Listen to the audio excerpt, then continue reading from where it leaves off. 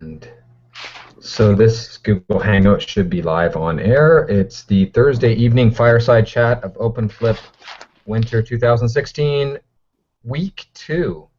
And the pillar this week is learning culture. And I'd like to thank, let's see, we got Dina Leggett. Am I saying that right, Dina? Leggett. It's English, Leggett. not French. Oh, okay, Leggett. It's Texan. Yeah, there you go. And John Bergman and Katie Lanius here joining us this evening. Thank you for your time. And so while I look for questions and stuff, I'll go around the room here. We'll start with Dina to introduce yourself. I teach advanced chemistry at Allen High School, and I've been flipping about 5 years and love, love, love it. Let's see. Go ahead, Katie. Oh, okay. I teach at Allen High School, and I've been flipping, I guess, the same almost 4.5 years, I guess. I started a little after Nina, after watching her class, and it's grown to, through all sorts of changes, to a project-based learning second-year physics. And I'm John Bergman, and I love Allen High School. So. And we love you. I'm one of the flipped learning pioneers, and it's exciting to be with you guys and share about my thoughts. So I am a former high school chemistry teacher now. I'm a flipped class evangelist, I guess. Okay. So I'm Ken Bauer, and I'm running this show. I hope some people know who I am if I'm here. I forgot to bring up my bottom third. But I'm going to jump into a question because I didn't get to Luis's questions. And so I'm translating on the fly here. I'll say it in Spanish, and then I can say it in English. ¿Cómo balancear la carga fuera de la clase y no caer en la tentación de un salón de 24 horas y en niveles básicos? So how to balance the load outside a classroom as well. Oh, I am talking. Good. And avoid the temptation of a 24-hour classroom. What's your thoughts on that? Can you hear me? Yeah. Is it balancing for the teacher or the student? I would say for both, right? To avoid that. I mean, a lot of people talk about flip with no homework and just all in class, and I have a big component of being a lot of out of class time, and that's where I find the communication so clear for me. But maybe the balance for the teacher of not being a 24-hour teacher, and as well as putting too much stress on our students outside. I'm not sure I can answer that question too clearly because I'm a 24-hour person, and I don't really know I have much balance in my life. I'm a bit of an all-in person. When I'm in something, I'm in it. But I also get it that people want a life and don't want to live. Mm-hmm. But I'll say this: flipped classroom takes a lot of time. It's a lot of extra energy. But can I say this to everybody who's there listening, that even though it does take more work, flipped class won't make your life easier, but it will make it better. I agree 100%. Find a colleague to share the load. For the teacher load, really, around the world, there's people that would love to work with you. That helps with that load. For me, I teach a college-level course, and I have to have at-home work for these kiddos. And I found that flip actually increased the efficiency of learning. My students are spending less time at home because our class time is so much more effective. From that perspective, I think that flipped really helped my students from the time perspective. You know, I actually got some data on that. I don't know if you know this, but I put out a deal. I'm writing a book on flipped homework, flipping in homework. Mm-hmm.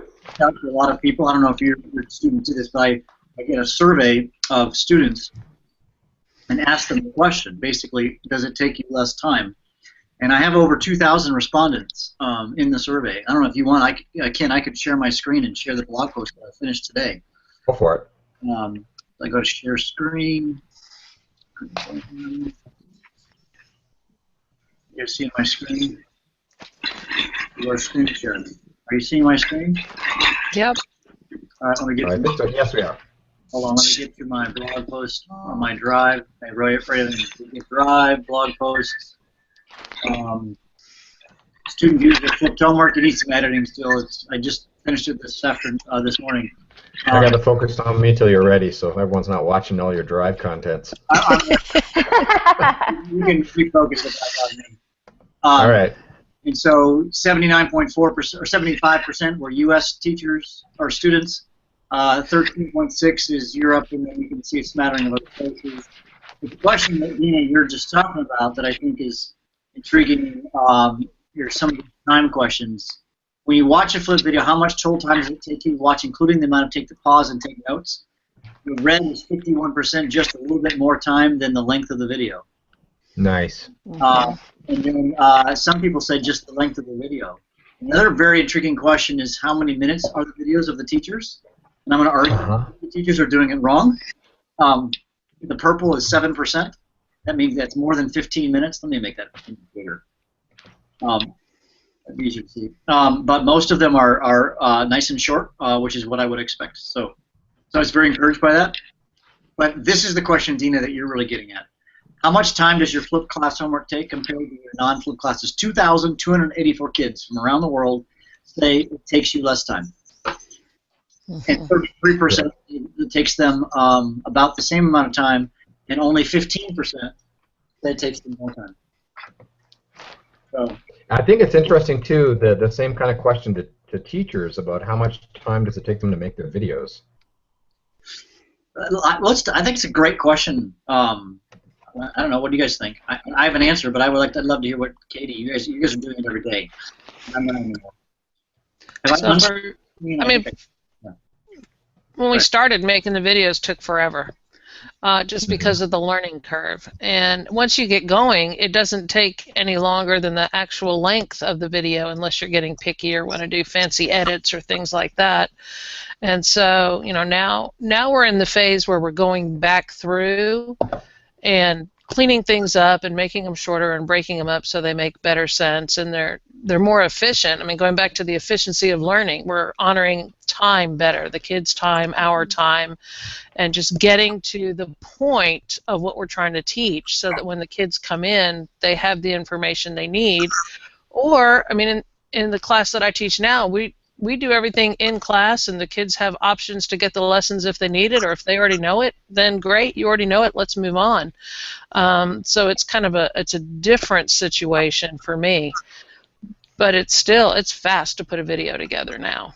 Plus, there's everything that's out there already that wasn't there 5 years ago. There's so many great people putting out information. Yeah.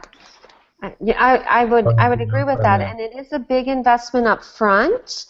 But I mean, then you don't have to remake videos every year. I mean, you remake some every year, but once you get your library built, it's not so cumbersome. I wanted to make a comment in terms of the students' time. Yeah, I did, John, have my students respond to your survey. And I wondered if they would tell you that they put me on 1.5 speed. So they figured double speed is too fast.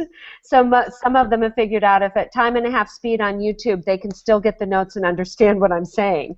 So while my videos may be 10 minutes, they're not maybe taking 10 minutes.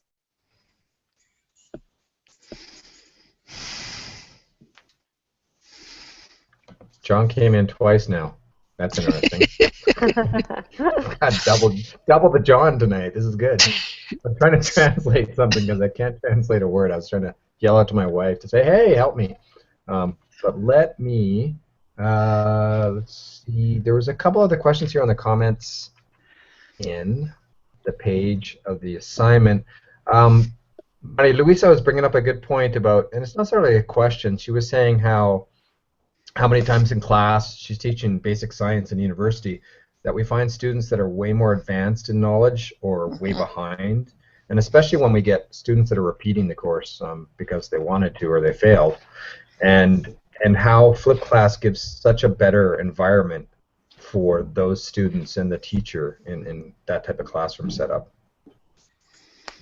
And then I'll mute myself and see if I can get a translation here. So, I mean, in the class I teach right now, I've got kids that barely escaped physics. can't do algebra, all the way up to kids that are doing college-level physics and science courses. So it's a really broad grouping. And when I can put the information out on a video and make it for your information only, or it's not a grade, it's get it if you need it, then the kids that already know it can answer a few questions, prove to me they know it without even watching the video, and the ones that really need it have access to it, can get the notes, can ask me questions, can get a little mini lesson and move on without holding the other kids hostage for the one kid that really does need the help to be successful. I think flipped learning is the first time I felt like I could truly differentiate within the classroom.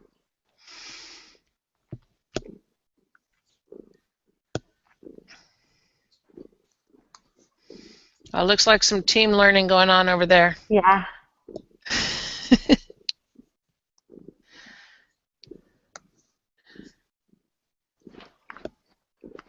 Testing, 1, 2, test. I think we lost Ken. Oh, you're there. I'm getting my wife to translate for me. Para no cortar su punto de vista. ¿De los alumnos or profe? Okay, I got it. So here we go. So Can you hear me? when you're choosing your content and promoting interaction between your students, how do you handle like not cutting off your students' point of view and injecting your own? Did that come through? Can you hear me? Yeah, I can hear you, John. Can you hear me? Yeah, sorry. I thought I'd lost my sound. So, No, it's all right. I had Aurelia trying to translate for me. So when you're choosing your content and really trying to do interaction with your students in a flipped class, how do you avoid just kind of dominating the conversation and cutting off their points of view? That's from Luis Miguel. Luis, I would say that's the art of teaching. I mean, the beauty of the flipped classroom is that you can get lots of individual conversations with kids. And as you're working with them in one-to-one, one of the art of teaching is to withhold and to let the kids struggle with the information and the content. And that's something that I found I got so much better at in the flipped environment, because when I was a teacher, I only had one shot to deliver the content. But now that I'm walking around interacting with kids with so much more time to do that, if I messed up with one kid, I learned from that, and then the next kid, I learned a better way to ask a question. So I became so much of a better questioner, and also what I mean by questioner, not just always just asking questions and expecting answers, but creating a conversation, is a better term, with my students, because I had to practice, because I talked to so many kids day after day, hour after hour, minute after minute, instead of me standing up and doing the I'm going to perform for you and tell you stuff thing.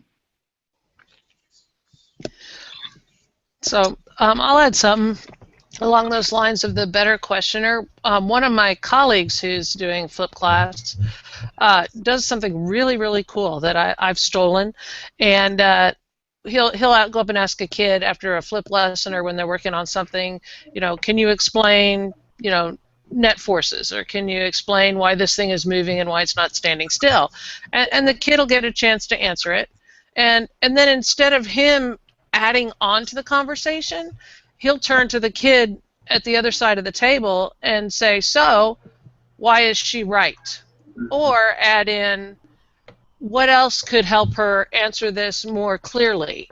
Rather than saying why is she wrong, it was, what else can you do to help her, or does anybody at the table want to help and add some things, and kind of let the kids hash out what the real answer is, and then reiterate it. And when I saw that, it was, that was just really cool. I thought, yes, this is how a classroom should be. It's not about the teacher. It's all about these kids talking about the content. And that's great. And it's interesting because Luis asked earlier this week, but I didn't get to the answer about his concern about when you let students take control, how do you avoid the chaos? And I've got my answer, but I embrace the chaos. That's right. That's what I'm saying too. So, yeah, I mean, it's so fun. So I wanted to mention on with respect to the question, I've been doing quite a bit more peer instruction. And I really, really enjoy that. I've been doing a lot of AP review questions with that, and it forces the kids to do it themselves, but then turn and talk to a variety of other students to try to convince the other students why they're right, or change their mind and be convinced. But it's a lot of peer-to-peer. Before then, I interject some of my own, and hopefully good insight. Nice. I was going to say the same exact thing, Lisa. Embrace the chaos. I know that's scary. For some teachers who are so used to control, that is like fear. But can I just say this? You will be so happy once you do it. And I know at first it's going to feel out of control, but it will be awesome. You know, it will. Yeah, I It think will it's a state, reinvigorate right? your love for teaching. It did for me, at least. And I remember John talking about, when you and Aaron were talking in the first book, the Green Book, I always call it, of an elder teacher, someone who was close to retirement, that were telling you that it's just like, oh, I was ready to retire, but now I'm not, or something like that. It's been a while since I read the book That's again. not a story. What he did is he came to one of our early FlipCon conferences, and he said, I hate you. 2 years from retirement, he said, I'm going to go back and change everything I've ever done.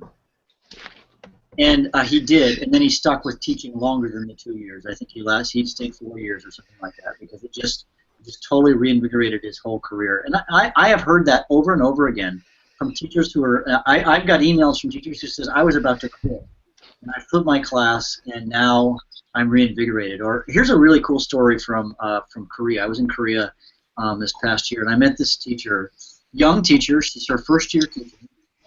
She started teaching. She's a math teacher, and she taught traditionally for 15 days and said, I can't do it this way. And so she began to flip her class. But she's the daughter of a math teacher. Her father is a math teacher. And her father, in years gone by, had felt like he was a very effective teacher, but he was really like, he's not working anymore. He was very discouraged. The kids were saying bad things about him. And so, in a cultural sense, this was a huge deal. He turned to his 22-year-old daughter and said, can you help me? And and she's telling me, actually, through tears about this, and how then she shared about Flip. She helped her father flip his class. He's now this popular teacher. Not that it's all about being popular, but the kids love his class again. They're engaged. So he's this teacher on the verge of retirement. He turned to his 22-year-old daughter, and they've sort of flipped together, and it really has reinvigorated their career. And she was telling me this story through tears. I actually have it on my radio show. I have an interview with her. You can't catch the emotion because there's a male interpreter interpreting the thing, and you just hear the interpreter conversation. You can't hear the emotion because they just cut that out in the interview. But it truly is a powerful story of what you're talking about. Mm-hmm. Great. I got more questions coming in, but I'm going to remember to talk about Alan here. We got the conference coming up in a while. We've got the Alan crew in. So I'm going to shout out to Carolina in Colombia, because she sent a post to OpenFlip with a picture of her daughter. I believe it's her daughter, watching us live from Colombia. But I've got a couple questions from Matthew Whitson, who's taken the course. With students that are advanced in your content, do you allow the students to go well beyond where the rest of the class is? I got it. You guys talk about it. Yeah. I mean, I guess I would never stop a kid from going well beyond. I don't know. At some point, I can't help them move, so they have to move on their own and be self-driven. But I'm not stopping a kid. That would be my take on that one. My kids work at their own pace within a unit, and I've offered to let them take a test early if they want. Nobody has taken me up on that. But I do have people finish their classwork much sooner. I let them work at their own pace, although I do have a mandatory minimum to help keep them on track. Excellent. I agree. Here. And I'm going to answer that. I'm going to ask the next question while I'm trying to tweet out that. How do you ensure students are utilizing peer instruction rather than using this time for socializing? Active monitoring aside. That's it from Matthew again here. Just, I guess, just being out there. I mean, if you're really doing any teaching right, you're out with the kids, talking to them, watching them, interacting. You can hear all of their conversations, and if they wander off somewhere else, give them a chance to wander back to the topic. They might actually be trying to figure out how that topic relates to them, but if they do wander too far, you know, you can say, hey, come back and join the rest of the class. Excellent. Yeah, I agree. Yeah, totally agree. So. I let a little bit go on because it is life, but you know, we'll rally around. Let's talk about some other kinds of chemistry in life. If they're talking about dating, I'll focus them on my kind of chemistry. Yeah, I like being a good teacher. Yeah, I definitely. I talk to my students so much that we complain about kids these days not being organized with their time or not being self-driven. And my answer is that we don't let them. Their parents don't let them, especially here in a Mexican culture, or their teachers don't let them balance their own schedule because they're always organizing everything for them and helicoptering. That I need to let go a bit and let it get out of control to have them learn. So that's one thing I have to struggle with and balance every day. Like today I had 12 people missing in my 25 student class because I don't take attendance like everyone else does, and they had 2 other exams that day. So they weren't there, and that's fine, and I have to deal with that. I think there's a hunger for kids for deeper interactions with adults.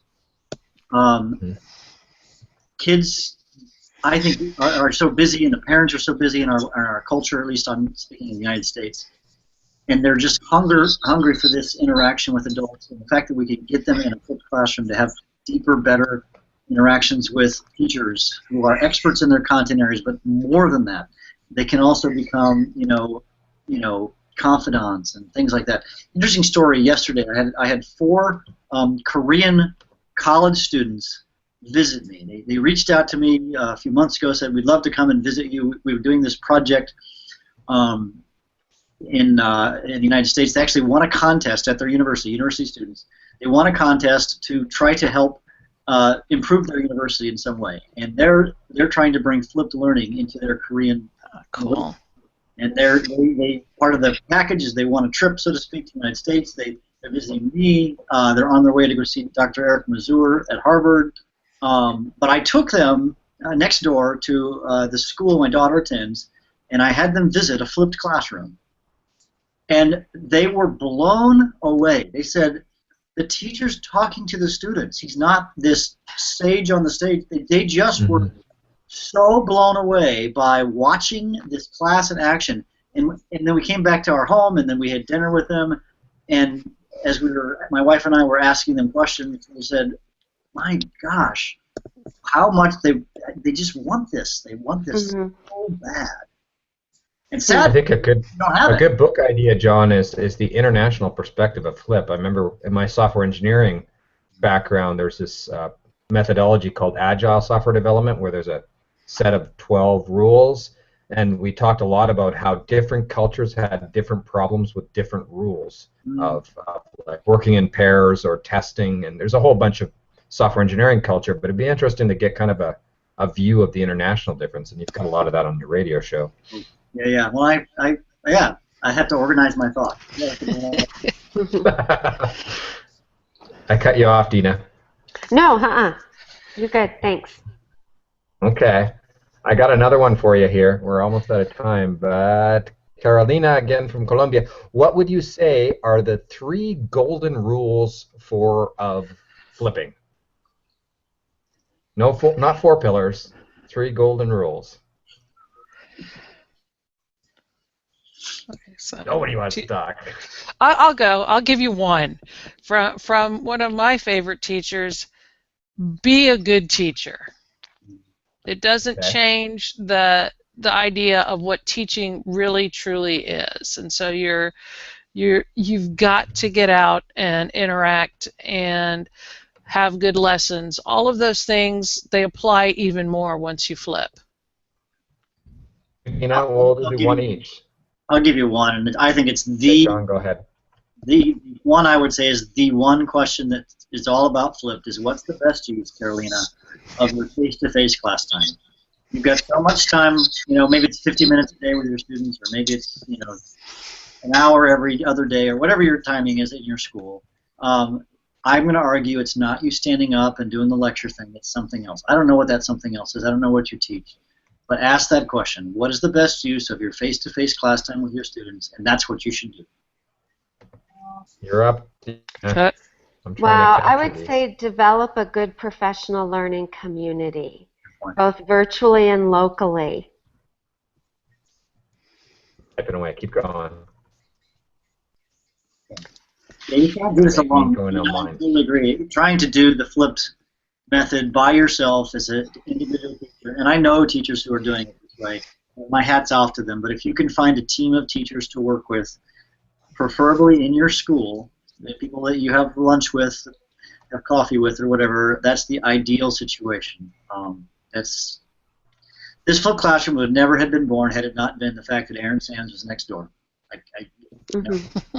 That's an excellent point. Bounce ideas off and vice versa, and I think this thing's probably true with you two, right? You both were. Right. Yep. Yeah, and then it expanded to many, many teachers in your district, but it started with the two of you. So. Yeah. And I'll add, don't be afraid.